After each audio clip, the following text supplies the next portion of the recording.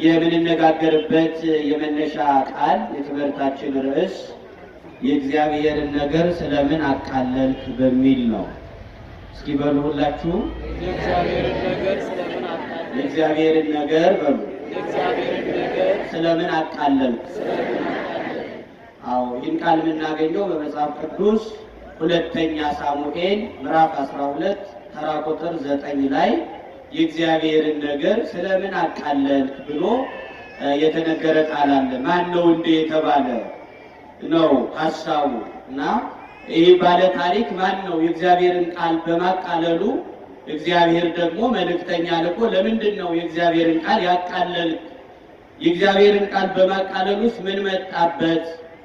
ስለምን የእግዚአብሔርን ቃል አቃለል? ከዚህ የተነሳ በአንተ ላይ ክፉ ነገር መጥቷል እያለ ይመክረዋል። ታዲያ ከዚህ ክፉ ነገር ካልተመለስ ለዘላለም ከቤትህ ሰይፍ አይርቅም፣ ክፉ ነገር ከቤትህ አስነሳብሃለሁ።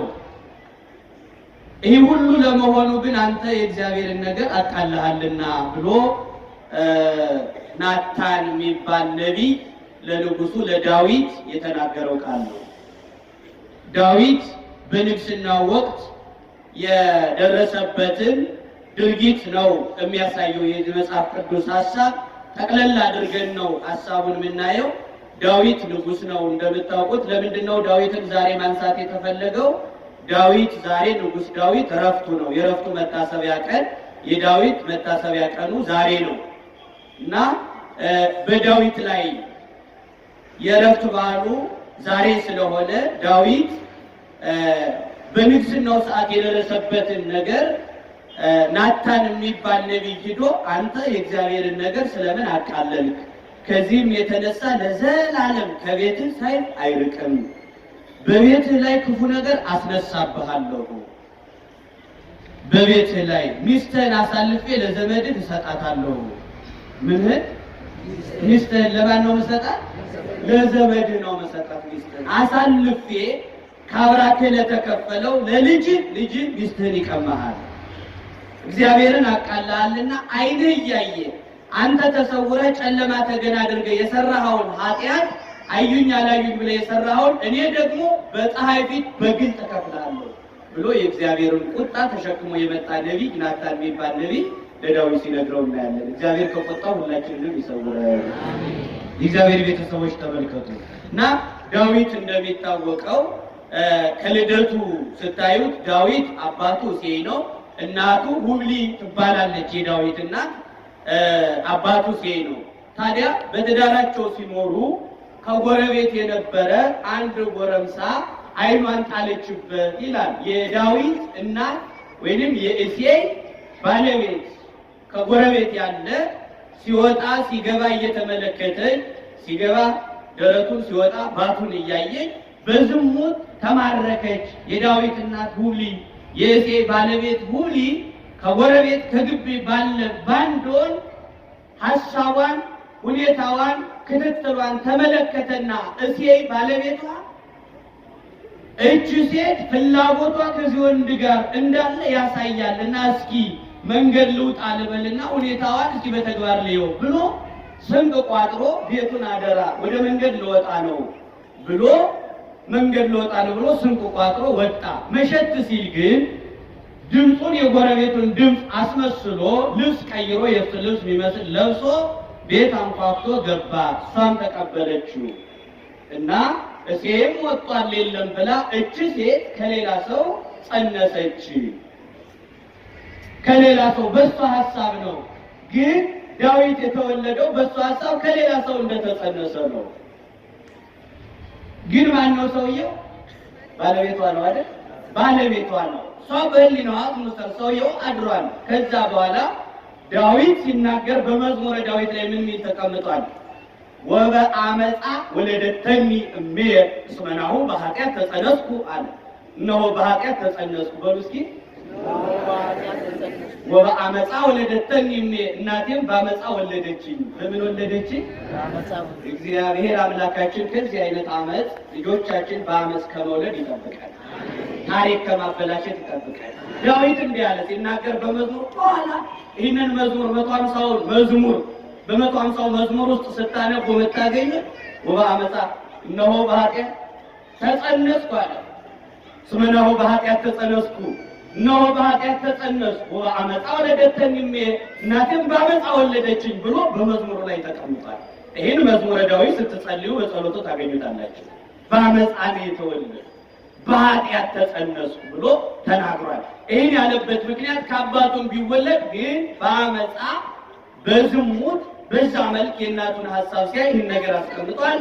በዚህ መልኩ ተጸንሶ የተወለደው ዳዊት ብዙ ልጆች አሉት። ይሴይ እንግዲህ በኬብሮን 7 ዓመት በኢየሩሳሌም 33 ዓመት በጥቅሉ 40 ዓመት የነገሰ ንጉስ ነው።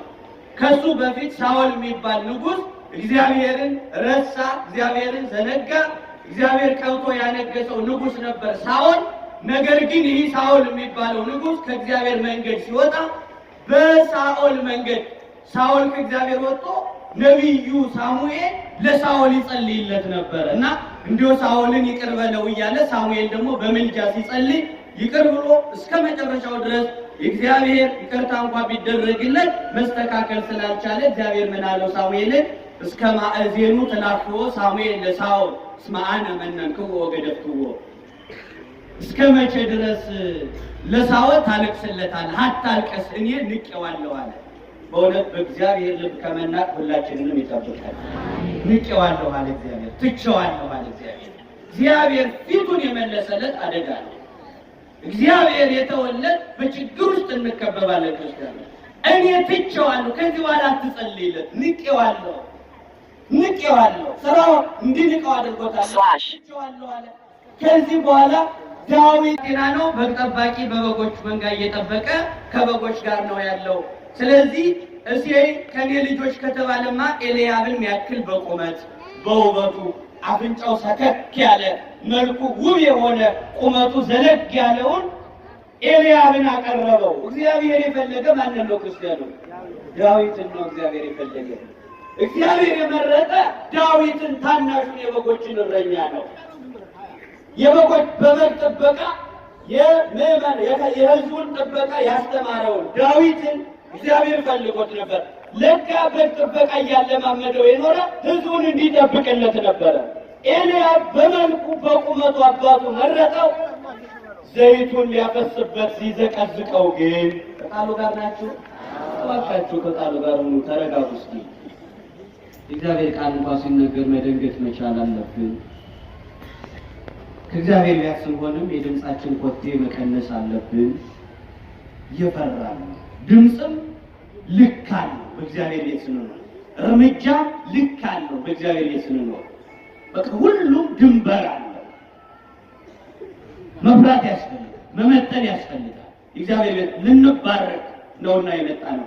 ስለዚህ ከዚህ የተነሳ ሳኦል ማነው እሴይ ልጁን ኤልያብን ቁመታሙን አፍንጫ ያለውን መልከኛውን መርጦ ሲያቀርበው ዘይቱን ዘግዝቆ ሊሰበው በተፈጥሮ ፈሳሽ የነበረው ዘይት አልፈስም ማለት። ምክንያቱም ያዕቆብ የታዘዘ ለዳዊት ነው። በተፈጥሮ ፈሳሹ ዘይት ጠንክሮ እንደ ድንጋይ ጠጥሮ አልፈስም ማለት። ከዚህ በኋላ ከኤልያብ ቀጥሎ በመልክ የተሻለውን በውበት የሚሻለውን በቁመት የሚሻለውን ሌላውን አቀረበ። ዘይቱን እምቢ አለ። ሰባቱንም ልጆቹንም ለንግስና ሲያቀርባቸው እምቢ አለ። ከዚህ በኋላ ሳኦል ምን አለ? እንግዲህ ልጆችን አቅርቤያለሁ፣ እግዚአብሔር ነው የላከኝ አለ። ሳሙኤል ደግሞ እግዚአብሔር ነው የላከኝ፣ እግዚአብሔር ከላከኝ ደግሞ ሚነግስ ልጅ ሳይኖር እንዳላዋቂ ሰው አይልከኝ። ስለዚህ አንተን መረዳት አለብህ። ስለዚህ እባክህ ልጆች ሌላ ልጅ ካለ አለው። ሌላ ልጅ የለኝም። ዳዊትን ልቆታል። በግ ጠባቂ ነው፣ ትንሽ ልጅ ነው። እሱም ለንግስና አልደረሰም። አንድ ልጅ አለው። እስኪ ለእሱም አንድ እድል እንስጠው አለ ሳሙኤል። እግዚአብሔር ያደርገው አይታወቅም ማለት። ዳዊት ሲመጣ ከጭንቅላታቸው ላይ ከፊቱ ደርሰው አጎንብሰው አልፈስ ያለው ዘይት ዳዊት ወደ እነዚህ ሰዎች ሲመጣ 40 ክንድ ሲቀረው ገና ዘይቱ መፍላት ጀመረ ባለበት። ባለቤቱ ሲመጣ ዘይቱ ይፈላል። ተመልከቱ እግዚአብሔር ቤተሰቦች፣ ለድንግል ማርያም ተብሎ ወደ ቤተ መቅደስ ድንግል ማርያምን ሐናና ኢያቄም ሲያስገቡ ለድንግል ማርያም የመጣውን ህብስት የካህናቱ ሊቀ ካህናት የሚባለው ዘካርያስ ስብሰባ ይዘው ድንግል ምን ትበላለች በቤተ መቅደስ ውስጥ ነው ምንድነው የምትመገብ በሚል አጀንዳ ተሰብስበው እየተወያዩ መና ከደመና ነው ለሷ ምግቧ ከሰማይ ነው ብሎ እግዚአብሔር በመላኩ በኩል ሲልከው ተመልከቱ። የተሰበሰቡበትን ዓላማ ረሱት፣ አጀንዳቸውን ዘነጉት። እነሱ ምን ትበላለች በሚል አጀንዳ የሰው ስዕለት ተቀብለን በቤተ መቅደስ ልትኖር ነው። እንግዲህ ህፃናት የ3 ዓመት ህፃናት ደግሞ በልተው እንኳን አልበላንም የሚሉበት ደረጃ ነው። ህፃናት ታውቃላችሁ፣ በ3 ዓመት ህፃን ላይ በልተው እንኳን እስካሁን ድረስ አልበላሁም ነው የሚለው። ህፃናት በልተው እንኳን አልበላሁም ነው የሚሉት። እንደውም ሲጠግብ ህፃን እኮ ምንድነው የሚለው? ወዴን ቆረጠኝ ነው የሚለው። ወዴን ሞላላ ለማለት ማለት ነው። በ3 ዓመት እድሜ ላይ ያለች ህፃናት ሰው የተበደለ ምንድነው የምትበላ በሚል እንወያይበት ተባለ። ከመመኑ ከሽማግሌዎች ተሰሚዎች በሐሳብ የሚደግፉት ራሱ ሊቀ ካህናቱ ከካህናትም ወገን ሐና ኢያቄምም አብረው በዚህ ተሰበሰቡ። ምን ትበላለች በሚል አጀንዳ። ሰው የወዱ ነገር ጭንቅ ነው። ድንግል ማርያም እንኳን ምን ትበላለች ብለው ተጨነቁ። ለእሷ አትጨነቁ፣ በእኔ እጅ ናት። ምግቧ ምድራዊ አይደለም ከሰማይ ነው የእሷ ምግብ ያለ። ትግባ ወደ መቅደሱ። ምግቧን ከሆነ ያስጨነቃችሁ ስብሰባችሁን አቁሙ፣ እንጀራው ይኸው መጥቷል አለ። ስብሰባው መፍትሄ ያገኘው ከላይ ነው። የእግዚአብሔር መልአክ የሚበላ ምግብ ይዞ መጣ ከወደ ላይ። በእውነት በጭንቀታችን ጊዜ እግዚአብሔር ከሰማይ ምሕረቱን ይላክልን። ምን ትበላለች በሚለው አጀንዳ ተመልከቱ። እግዚአብሔር ሁልጊዜም በሀሳባችን ውስጥ ሁልጊዜም በጭንቀታችን ውስጥ ጣልቃ ይገባል። መልአኩ ህብስት ከሰማይ ይዞላት ሲመጣ ዘካርያስ ምን አለ? ይህማ ለእኔ ነው እንጂ የወረደ ከዚህ ሁሉ ይሻላል ነው። ሊቀ ካህናቱ አይደለም? ለእኔ ካልሆነ ለማን ይወርዳል? ከዛም በፊት ይወርድለት ነበር በተለመደው። ዛሬ ደግሞ በህዝቡ ፊት መጣ፣ ክብር ሊገለጽ ነው። አደግድጎ ቀረበ። ያንን ሊቀበለው እንዲህ አለ። መናው ግን የማን ነው? የማን ነው? የድንግል ማርያም። ሰፍ ብሎ ሲቀር ወርዶ የነበረው መልአክ ያመጣውን መናዞት ወደ ላይ ወጣ። እንደገና የሰው እንጀራ ነው። የሰው እንጀራ አይናችን ቢያማትር አይናችን እስኪፈስ እስኪቅበዘበዝ ብንደቅ አንገታችን እስኪቀላ ቀና ብንል የሰው ራሱ ስም ስለደረሰ አይደለም። ቀና ብሎ ስለመጣ ዘካርያስ ምንም ነገር የለም። ተመለሰ ወደ ላይ። የመጣው መፍትሄው ዞር ሲል አይ ዘካርያስ ካንተ ቀጥለን እኛ ነን ካህናቱ፣ እኛ ለኛ ይሆናል ብለው ካህናቱ ቀረቡ። ካህናቱን ሲቀርቡ ወደ ላይ ወጣ።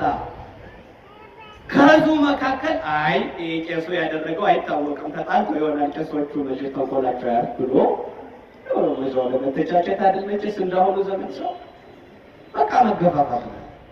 ቄሶቹን ተቆጥቷቸዋል፣ ለኛ ነው ብሎ ከመመኑ ያሉ ሽማግሌዎች ሲቀርቡ ተመልሶ ወደ ላይ ይመጣል ይሄዳል። መልአኩ ለድንግል ነው የመጣው። ሁሉም እድል ተሰጠ። ከዚህ በኋላ ሐና ኢያቄም ደግሞ ምን አሉ? ይህ ሁሉ ሰው ምን አድርጎ መና ይወርድለታል? እኛ እኮ ስለት ይዘን መጠን ነው አሉ። ስለት ያመጡት ሐና ኢያቄም ለኛ ነው አሉ። ይሄ የወረደ ለኛ ነው ብለው ሕፃኗን ፈቀቅ አድርገው እነሱ ሊቀበሉ ቀረቡ። መጥቶ የነበረው ወደ ሰማይ ወጣ። በጣም ይገርማል። ይህ እንጀራ ስንት ሰው ተመለከተው? የአንድ ሰው እንጀራ እኮ ነው። የአንድ ሰው እንጀራ የብዙ ሰዎች አይን ያረፈበት፣ ብዙ ሰዎች የጎመጁበት የአንድ ሰው ስለሆነ ባለቤቷን ወደ ኋላ ተገኘዋል። አያችሁ፣ ዳዊት የዚህ ንግስና ባለቤት ዳዊት ነበር። ረሳው፣ አባቱ ትቶታል። አባቱ ዳዊት እስኪመጣ ዘይቱ አልፈሳለ። ድንግል ማርያም እድል እስኪሰጣት ድረስ መናው ባለበት ወደ ላይ ከፍ ይላል። መልአኩ እጅ ላይ ነው ያለው። ከፍ ይላል፣ ዝቅ ይላል፣ ከፍ ይላል፣ ዝቅ ይላል። ከዚህ በኋላ ግን ሐናን ምን አሏት?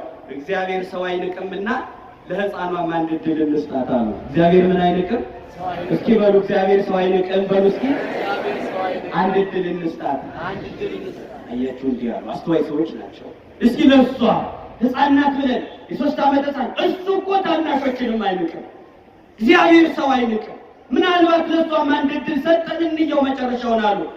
ትተዋት ፈቀቅ ሲሉ ድንኩል ስትል በመካከል ዝቅ አለና ወደ ላይ ሲወጣ የነበረው መልአክ ባለቤቷ ስትመጣ ዝቅ አለና ብድግ አደረጋት ወደ ሰማይ።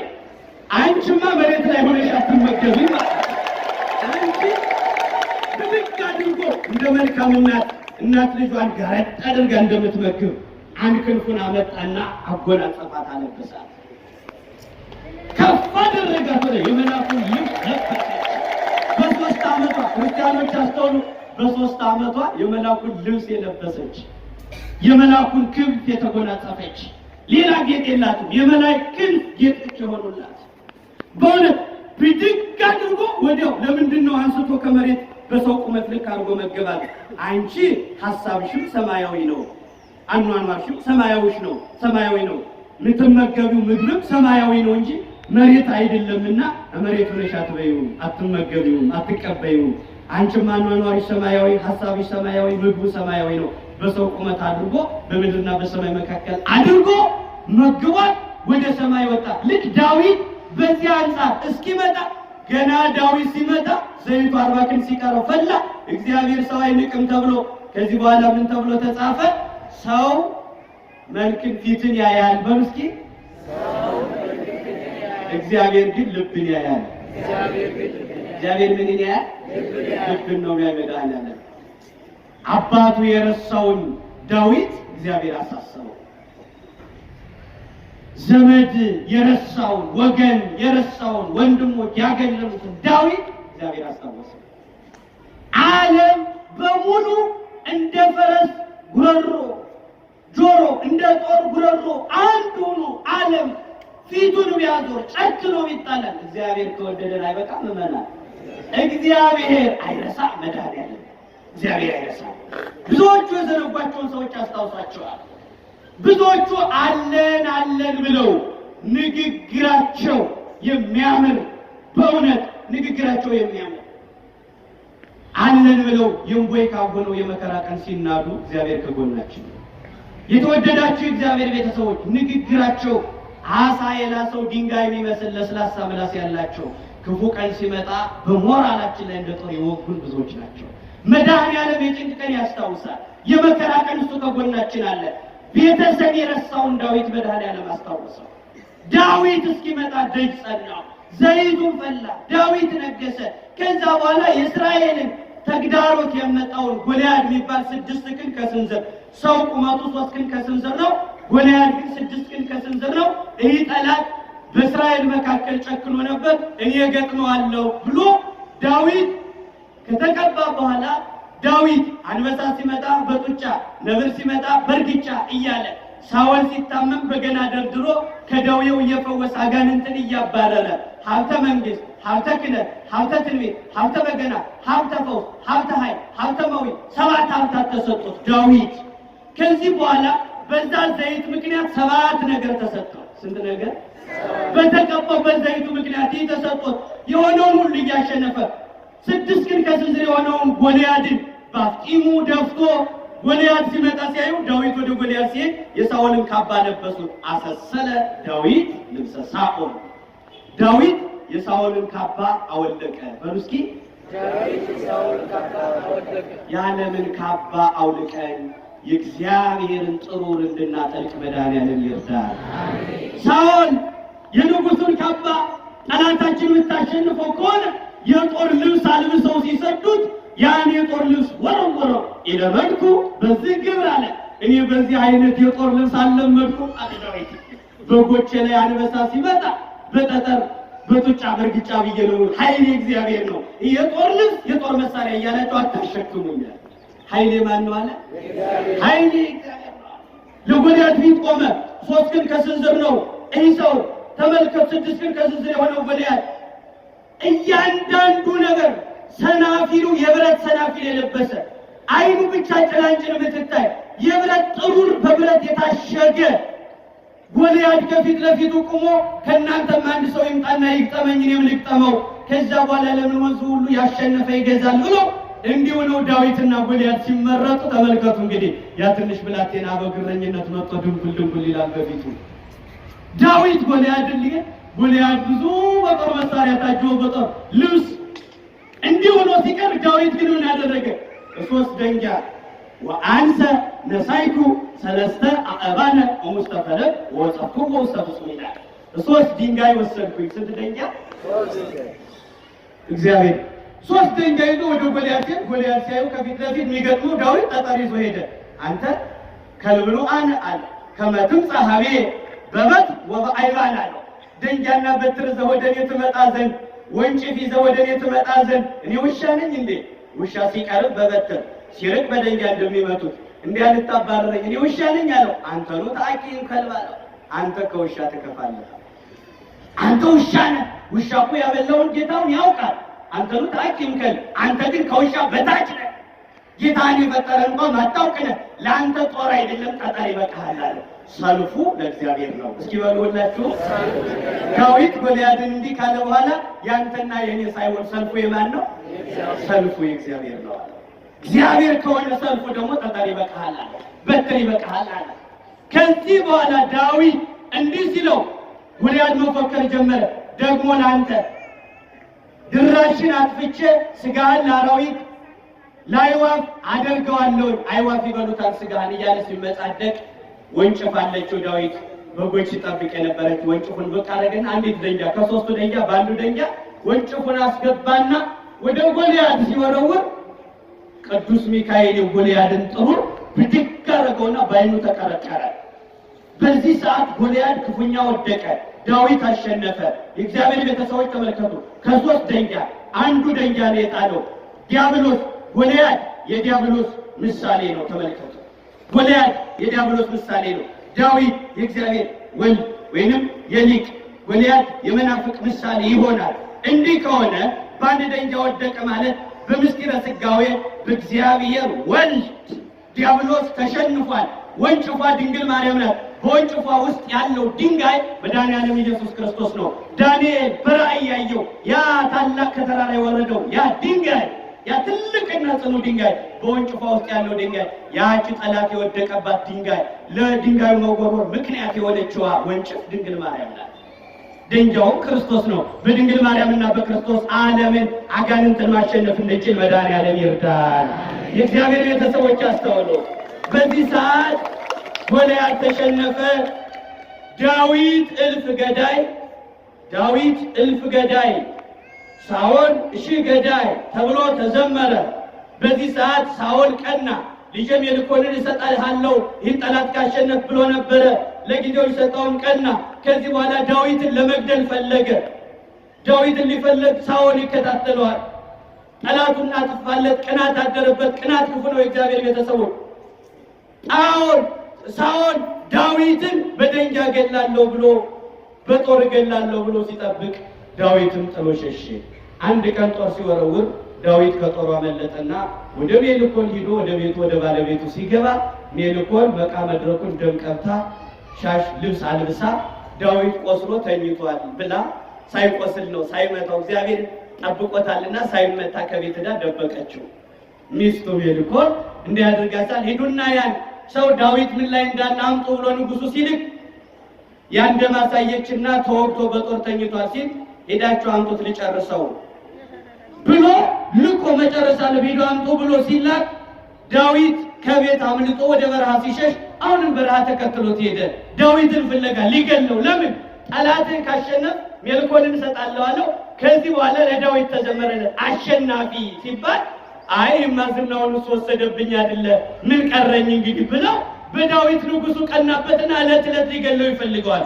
በረሃ ተከትሎ ወደና አንድ ቀን ሰራዊቱን አስከትሎ ዳዊትን ለመግደል በጫካ ውስጥ እንዳለ ወገቡን ለመፈተን ንጉሱ ሳኦል ሲገባ ዳዊት ጫካው ስር አለ። ወገቡን ለመፈተን ጫካ ውስጥ ነው ያለ። ታዲያ በዚያ ሰዓት አቢሳ የሚባል የዳዊት አሽከር ምን አለው? ጠላት በእጅ ወድቋል፣ ውደቅበት ጣለው። ሳኦል በእጅ ጥሎታል። እዚህ አንተ ሊገል ሲፈልግ እዚህ ላይ አሁን መጣል ትችላለህ ብሎ ሲነግረው ምን አለ? እግዚአብሔር በቀባው ላይ እጄን አላነሳም አለ ዳዊት። ሊገለው እያሳደደው አልነካውም አለው። ፈርተህ ይሆናል እንጂ ምራውስ አይደለም፣ ፈርታው ነው እንጂ ንጉስ ስለሆነ ጦር መሳሪያ ስላለው ፈርታው ነው። አንተ ምራራይ አይመስልም፣ እግዚአብሔር ስለቀባው አይመስልም፣ ፈርተህ ነው ሲለው አለመፍራት የላሳይ ልብሱን ቀድጃ መጣዋለሁ ብሎ ሄደና ከተቀመጠበት ላይ ልብሱን ቀዶ ይዞት መጣ ዳዊት። ከዛ በኋላ ለሳኦል አሳየው። አንተ በእጄ ጥሎ ነበር፣ ልግደልህ ብል እችል ነበር። እዚህ በኋላ ሰዎች ዳዊት ካገኘ ይገላል የሚሉ ሰዎች ስተተኛ እንደሆነ ወቅ ብገል ኑሮ ይህ አንተ ልብስ ነው፣ ቀድጄ ወስደው አልነካውም። እግዚአብሔር ስለቀባህ አልነካህም። እንዲምሬሃለሁ። ከዚህም በኋላ አላቆመም። ሌላ ግድያ እየፈለገ ዳዊትን ለማስገደል እያለ አንድ ቀን አጥር ስናደርገው መርዝ ቀውቶ ጦሩን አንዱ ወጋውና በዛ መካከል በጦር ተወግቶ መርዝ በተቀባው ጦር ተወግቶ ሲወድቅ ሳኦል በዛ ጊዜ እንግዲህ ሳልሞት ጠላት ገደለው እንዳይባል እናንተ ጨርሱኛል የሱን ወገኖች ጠላት ገደለው ሳኦልን እንዳንባል ከኛ መካከል ጨርሷት ነፍሴናል ተወግቶ ሳልኩን ቆስሎሳል። የሱ ሰራዊት ደግሞ እኛማ ያንተ አገልጋይ ያንተ ሰራዊት ነን ያንተ ደጋፊ ነን እንዴት አድርገን ነው በዛው ላይ ካንተ ጋር ሞታችን ያርገው እንጂ አንገልም ሞታችን ካንተ ጋር ያርገው እምቢ ሲሉ ጦሩን ተከለና ሄዶ ወደቀበት። ከዛ በኋላ በገዛ ጦሩ እንዲሆነ ሞተ። ቅናት ክፉ ነው፣ ራስን ያስጠፋል። በቅናት ራሳቸውን ያጠፉ፣ በቅናት ገመድ ያጠለቁ፣ በቅናት መርዝ በጥብጠው ህይወታቸውን ባጭር ያስቀሩ በጣም ብዙዎች ናቸው። ከቅናት እግዚአብሔር ይገላግለን። በእንደዚህ መልኩ አግኖ ስንጨርሰው ስንጠቀልለው ዳዊት በዚህ መልኩ አለፈና መጨረሻ ላይ በንግስና ወቅት አንድ በደል በደለ። ሰራዊቱ ለጦር በሄዱበት ጊዜ ኦሪዮ ከጦር ሰራዊቱ መካከል አንዱ ነው። ቤርሳቤ የምትባል ሚስቱን ትቶ አገር ለማስከበር ከሄደበት ተመልከቱ። ዳዊት ከተማ ላይ መቅረት አለበት። ወደ ጦርነት ንጉስ ነውና መሄድ የለበትም። እዛ በፊት የሆነ አደጋ ደርሶበት ነበር። ስለዚህ ንጉስ ከሞተ የፀሐይ ርበት ተመልከቱ። ልብ ብላችሁ ስሙኝ እግዚአብሔር ቤተሰቦች አላችሁ። እግዚአብሔር ከሁላችን ጋር ይሁን። ዳዊት ምን አለ? ሰራዊቱን ዳዊት ቢሄድ የንጉስ ሞት የፀሐይ ርበት የፀሐይ መጥፋትና የንጉስ መጥፋት ጥቃቱ ለሀገር ነው አለ። ስለዚህ ንጉስ ወደ ጦር ሜዳ ሄድም እዚህ ይጠበቃል እኛ ሀገራችን እናስከብራለን አለ። በእኛ ዘመን ግን ዶክተር አብይ ሂደዋል። ያን ጊዜ ግን ተመልከቱ ዳዊት ፀሐይ ከጠፋች ንጉስ ከሞተ ለሀገር ጥቃት ነው ውድቀት ነው። ንጉስ ወዚህ ይቅር ብለው ኢየሩሳሌም ትተው ሀገር ለማስከበር ወረዱ። ከሰራዊቱ መካከል አንዱ ጦር ለማስከበር ከሄዱት መካከል የአንዱ ሚስት ቤርሳቤ ትባላለች። መልከ መልካም ሴት ናት። በአትክልቱ ቦታውን ገላዋን ስትታጠብ ገንዳው ላይ ያለው ሳህኑ ላይ ያለው ውሃ ከመልኳ ደም ግባት ጋር ተንጸባርቆ እንደ መስታወት ሲያበራ ዳዊት ተመለከታት። ዝሙት ወደቀበት ንጉሱ። ያቺ የማን ሴት ናት አለ? የአገልጋይ ኦሪዮ ሚስት ናት አለ። ወዲህ አምጧት ብሎ በክብር አሳነሳት። ከባሪያው ሚስት ዳዊት ደረሰ። እግዚአብሔር አዘነ። ከዚህ በኋላ ምን ሆነ? እንግዲህ ተመልከቱ። እግዚአብሔር የዚህ በኋላ ዳዊትን እንዴት እየተንከባከበው እንደመጣ አባቱ ሲልቀው እግዚአብሔር አስታውሶት በብዙ መንገድ አሳልፎ 7 ሀብታት ሰጥቶት በብዙ ክብር ያለፈው ዳዊት አሁን በዝሙት ወደቀ። እግዚአብሔርን አሳዘነ። የባሪያውን የአገልጋዩን ሚስት በዝሙት ደረሰ። ዳዊት በጣም ብዙ ቁባቶች አሉት። እነዛን ትቶ ከዚህ ሰው ሚስት ደረሰ። ከዚህ በኋላ ሴቲቱ ጸነሰች። ቤርሳቤ ጸነሰች። ባለቤቷ የለም። ከማን ጸነሰች ይባላለሁ? አንተ ባመጣው ምክንያት እኔ ልሞት ነው ዳዊት ንጉስ ሆይ አለች። መላ ፍጠር እንጂ ባለቤቴ የለም። ጸነሽ ተብዬ እኔ በደንጊያ ተወግሮ፣ በዛ ዘመን ደግሞ ባል ከሌለበት ሴት ከጸነሰች በደንጊያ መወገር ነው። በአደባባይ ተወግራ ትሞታለች፣ በሳት ትቃጠላለች። እና እኔ ባለቤቴ ከሌለችበት በዝሙት ጸነሰች ልወገር በአንተ ምክንያት መላ ፈልጋለችው። እኔ መላ ፈልጋለሁ አልፈሽ ተቀመጭ አላት። ከዚህ በኋላ ኦሪዮን ወደዚህ ስደዱልኝ ስለ ጦር ልጠይቀው አለ።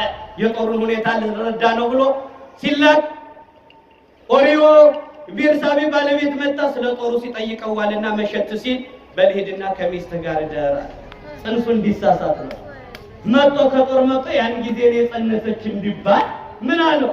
በልሂድና ፈቅጃለሁ አለው። ከሚስት ሄደር ከቤርሳቤ ድረስ ሲለው ምን አለ? የለም ታቦት ጽዮን ሜዳ ላይ ወድቃኔ ከሚስቴ ጋር ተድላ ደስታ አላደርግ። የኔ ጓደኞች ወንድሞቼ ደረታቸውን ለጦር ሰጠው በጦር ግንባር ላይ ሆነው አሁን ካሁን ወነፍስ ውጭ ነፍስ ግቢ እያሉ እየተዋደቁ እኔ እዚህ ከሚስቴ ጋር በስጋ ደስታ ውስጥ ላልፍ ነው አላደርገውም ማለት ሕያው እግዚአብሔር ምስክሬ ነው። ወንድሞቼ ሳይመለሱ ጦርነቱ ሳይበርድ ታቦተ ጽዮን ወደ ቦታዋ ሳትመለስ እኔ የስጋ ደስታ አልፈልግም ማለት ከሚስቴ ጋር አላድርም። ዛሬ እኮ የእግዚአብሔር ቤተሰቦች ጀግኖቹ በጦር ግንባር ላይ ሆነው የጀግኖቹ ሚስቶች የሚያሽኮረመሙ ሰፈር ለሰፈር እንዳበደ ውሻ የሚዞሩ ብዙዎች ናቸው። በእውነት ከዚህ አደጋ እግዚአብሔር ይጠብቃል። ጀግኖች ዛሬ የእግዚአብሔር ቤተሰቦች አሰቡ። ከቤት ሰራተኛው የወለደ የለም ከእናንተ መካከል? ከቤት ሰራተኛው ላይ አልወለደ? ዝሙት ድንበሩን አላለፈ? አልረከስንም? እግዚአብሔር አልተቆጣ? ጎበዞች በጦር ግንባር ሆነው የስጋ ደስታ ላይ አይደለንም? ጃምቦ ቤት ተከፍቶ ስጋ ቤት ተከፍቶ አገሪቱ አደጋ ላይ ሆና ወገኖቻችን ጨቅላ ሕፃንናት በጀርባ በሆዷ ይዛ እናቶች መነኮሳት እየተደፈሩ ቤተክርስቲያን እየተቃጠለች ጃምቦ ቤት የተቀመጠ የለም ጎበዝ? የወንድ ሚስት የሚደፍር የለም እግር ሰልሎ ጀግኖች። እምቢ ካለማ እደር በልና ነገ እሸኛለሁ ዛሬ እንዳትሄዳለሁ። ለምንድን ነው እደር ያለው? ነገ መጠጥ እናስክረውና ሲሰክር ደግሞ ስቶ ህሊናው ላይ ያለው ይጠፋል፣ ከሚስቱ ይደርሳል። ዛሬ እናስክረዋሉ። ያማረበት መጠጥ ሲያጠጥቷሉ። ኦሪዮ ሰከረ። ቢሰክርም እንኳን እስከ በሩ ድረስ ተንገዳግዶ ቢደርስም ከዘበኞች በር ላይ ወድቆ አደረ። መጠጡ አላስረሳው። መጠጡም ቢሆን ለጊዜው ዳዊት ያን ቢያስብ ቢያጠጣው ቢመክረው ቢያታልለው አልሆነም። ያችን ጽንስ ለማደናገር ነበረ ዳዊት። የእሱን ኃጢአት ለመደበቅ ነገር ነበር ዳዊት በስተመጨረሻው አድነኒ እምደ እግዚአብሔር አምላከ መድኃኒቴ፣ የደህንነቴ አምላክ ሆይ በሉ እስኪ ከደም አድነኝ። እስኪ መልሱት፣ የደህንነቴ አምላክ ሆይ በሉ ከደም አድነኝ። መድኃኒዓለም ከደም ያድነኝ። ከደም አድነኝ ብሎ ጸልዋ። በመዝሙሩ ላይ ታገኙታላችሁ። በዳዊት መዝሙር ከደም አድነኝ የደህንነቴ አምላክ ይለዋል። የደህንነቴ አምላክ ከደም አድነኝ። ተመልከቱ። በዚህ ሰዓት ኦሪዮ ምን ላድርጋል? ኦሪዮ ከሚስቱ አልደርስ ሲል ከዚህ በኋላ ተበሳጨና ዳዊት ምን አለ? በሉ ደብዳቤ ጻፈ። ይሄ ሰው እንደደረሰ የጦር መሪ አድርጉት። ጦሩ ሲፋፋም ጠላት አተኩሮ ሲመጣ በከንፈር ንክሻ ባይን ጥቅሻ ተጠቃቅሳችሁ ህዝቡን መከረውና ሰራዊቱን መክረትታችሁት ወደ ኋላ ተመለሱ። ጎልያድን ማነው? ኦሪዮንም ጠላት ቀጥቅጦ ይግደለው ሚል ደብዳቤ ዳዊት ጻፈና ደብዳቤዋን አሽጎ እችን ወስደህ ስጠው ለኤልያስ፣ ለኢዮአብ ስጠው፣ ለጦር መሪው ለኢዮአብ ስጠው ወስደህ። ኦሪዮ የሚወደድ ሰው ነው። በፊት ሄዶ ዳዊት የላካትን መልእክት ገልጦ ሲያነባት እንደደረሰ ግደሉ ጦሩ ሲባል በከንፈር ንክሻ ባይን ጥቅሻ ተያይታችሁ ትታችሁት ወደ ኋላ ተመለሱ፣ ጠላት ቀጥቅጦ ይግደለው። ወደ ኋላ በአንድ ድምፅ ይሄ ንጉሥ ቃል ነው፣ ኦሪዮን ግደሉታል፣ አስገድሉት፣ በጠላት እጅ ይሙት፣ እንዳትራሩለታል። የጦር መሪ የዳዊት ልጅ እችንን መልእክት አነበበና እንደደረሰ ግደሉት። በጣም ያሳዝናል። ያችን ለሱ ሞት የምታዘዘዋን ደብዳቤ በእጁ ጨብጦ የንጉሥ ቃል ናት ብሎ ይዟት ሄደ። መንገድ ላይ እንዳታነባት ተብሏልና ሳያነባት ደረሰ። የንጉሥ ማይተም አለበት። የንጉሥ ደብዳቤ አይታይም ብሎ በክብር አደረሰው። ሞቱን ተሸክሞ ልክ መድኃኒዓለም ይህ ሰው ኦሪዮ የክርስቶስ ምሳሌ ሆኗል። የማን ምሳሌ? የክርስቶስ ምሳሌ። ክርስቶስ ወደ መገደያው ሊሰቅሉ ሲሄዱ የሚገደልበትን መስቀል ተሸክሞ ወደ ቀራንዮ የወጣ ይህ ሰው ደብዳቤውን የሞት ደብዳቤ ለሱ ተጽፎበት ወደሚገደልበት ቦታ ዘውቶታ የመድኃኒዓለም ምሳሌ እንድንሆን መድኃኒዓለም ይርዳል። የእግዚአብሔር ቤተሰቦች፣ ሰዎች ክፉ ቢያስቡ ምሳሌነቱ መልካም ሆነ። አስተውሉ ክርስቲያኖች። ዳዊት እስከዚህ ድረስ ጨከነ። ኢዮአብ ይህን አነበበና እንደደረሰ ግደሉት የሚለውን ሲያይ ከኦሪዮ ዞር አለና እንባውን በዚህ ተቀብሎ ረጨ፣ አለቀሰ። ወንድሜን አለ፣ ወንድሜ እንዴት ያስለቅስ? ለምን እገድለዋለሁ? ጠላቶች ለምን ይበሉታል? በጦር መሳሪያ እንጨክነን እንሮጣለን ትተነው የጭንቅ ቀን ወንድማችን አይደለም ወይ? በዚህ ሰዓት ዳዊት ጨክኗል። ኢዮአብ ይህንን ብሎ ሳለ እንባውን መቋቋም ሲያቅተው ዞር ሲል ኢዮአብ በዚህ ሰዓት የደረሰው ነገር ምን አለው? ኦሪዮ ዳዊት ማነው? ኢዮአብ ወዳጄ አለቃዬ ምን ሆነ ነው ያዘንካለው? ያመጣሃት ደብዳቤ ታስለቅሳለች፣ ታሳዝናለች። ለምን አለው? በርትታችሁ ተዋጉ ትላለች አለው። አልነገረውም። ጠንክራችሁ ተዋጉ ትላለች። እናሸንፋለን ሲሉ መሸነፍ አለ፣ እንጥላለን ሲሉ መውደቅ አለ፣ እንገላለን ሲሉ መሞት አለ። ስለዚህ እቺ ደብዳቤ ጠንክራችሁ ተዋጉ የምትለዋ ደብዳቤ ልንሞት እንችላለን ብዬ አዘንኩ አለ። የወንድሙ ፍቅር ነው ያስለቀሰው። ግን በዚህ ጊዜ ምን አለው? አይዞ እኔን ከፊት አድርጉኝና እናንተ ከኋላ ሆኖ አለ ኦሪዮ። አያችሁ፣ እኔን ከፊት አድርጉኝ፣ ከፈራችሁ እኔም ባቅሌ ፍየል እንዳየሽ በግ እንዳየሽ ተኩላ ማለት ነኝ። አንተ ነብር እንደሚሰብር አንበሳ ብትሆንም እኔም ባቅሜ በግ እንዳየሽ ተኩላ ማለት ነኝ። ስለዚህ እናንተ ከኋላ ሁሉ የሚያስፈራ ከሆነ እኔ ከፊት ለፊት እመራዋለሁ አለ። እኔን ከፊት አሰልፉኝና ንግጠም፣ አይዞህ አታልቅስብኝ ወንድም ያለው እንዲህ እያለው እንባውን እየረጨ አሰለፉት። የንጉሥ ትእዛዝ ነውና የጦር ሰራዊቱ መጣ። በከንፈር ጥቅሻ በዓይን ጥቅሻ ተጠቃቅሰው ጠላት ሲመጣ ትተውት ሸሹ። ሁሉም እንደምቦይ ካፍ ግር ብሎ ሲመለስ ሰራዊቱ ዞር ብሎ ሲያይ ኦሪዮ ከፊት ይመራ ነበረ። ዞር ብሎ ሲያይ ይሮጣል። ምን ይላል? ምን ተቆንክሙ አይላፈ እስራኤል ምን ተቆንክሙ፣ እናንተ የእስራኤል ወገኖች ምን ነካችሁ እያለ እነሱን ሲያይ ጠላት መጥቶ ጨፍጭፎ ገደለው። ኦሪዮ መጣ። ሚስቱ ከዛ ጋር ተደፍራለች። ዳዊት ግፍ ፈጸመ። እግዚአብሔር ተቆጣ። ስለዚህ እግዚአብሔር ምን አለ? በዳዊት ሲቆጣ ናታን የሚባለውን ንጉሥ ወደ ዳዊት ላከው። ሂድና በምሳሌ ንገረው ዳዊት አስቀይሞኛል አለ እግዚአብሔር። ዳዊት ክፉ ስራ ሰርቷል። ለክብር የመረጥኩት፣ ለንግስና ያጨሁት፣ 7 ሀብታት የሰጠሁት፣ ከአባቱ ሲረሳው ያስታወሱት ዳዊት ረሳኝ አለ እግዚአብሔር። ዳዊት ረሳኝ። የመከራ ቀን ሰው ዳዊት እግዚአብሔር ተቆጣ። እግዚአብሔር አዘነ። ናታን የሚባለው ነቢይ ሄደ። ዳዊት ወደ አንተ ተልኬያለሁ። ምንድን ነው የሆነው ነገር? በአንተ ከተማ ግፍ ተፈጽሟል። እኔ ባለሁበት ከተማ ምን ተሰራ ለዳዊት? አንተ ባለህበት ከተማ አንድ ባለጸጋ ይኖራል፣ አንድ ድሃ አለ።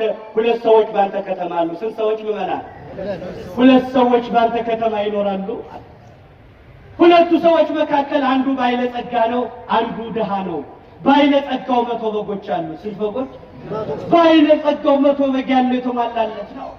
ድሃው አንዲት በግ አለችው። እችን አንዲት በግ ሲተኛ አብሮ ይዟት ይተኛል።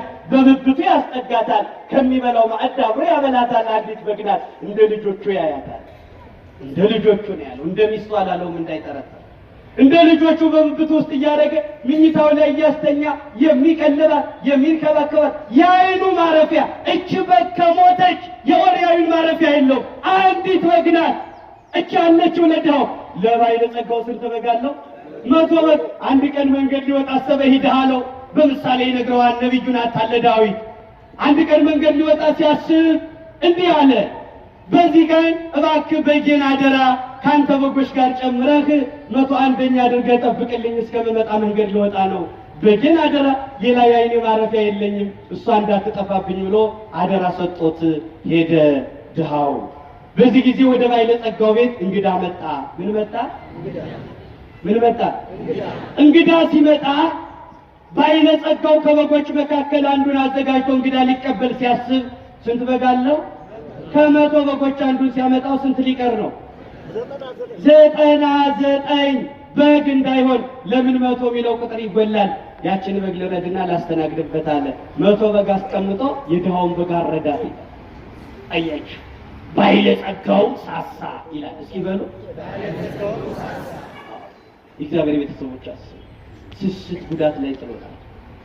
እያሉት 100 በግ እያሉ ቁጥር እንዳይጎል ብሎ የዓይኑን ማረፊያ አንዷን እንዲህ ያደረገ ሰው የለም። እግዚአብሔር ቤተሰቦች እጃችን ላይ ደም አለ። አድነኒ እግዚኦ አምላከ መድኃኒቴ፣ አድነኒ እምደም አምላከ መድኃኒቴ። እግዚአብሔር የደህንነቴ አምላክ በሉ እንጂ ከደም አድነኝ። መድኃኔዓለም ከደም ሁላችንን የሚጠግን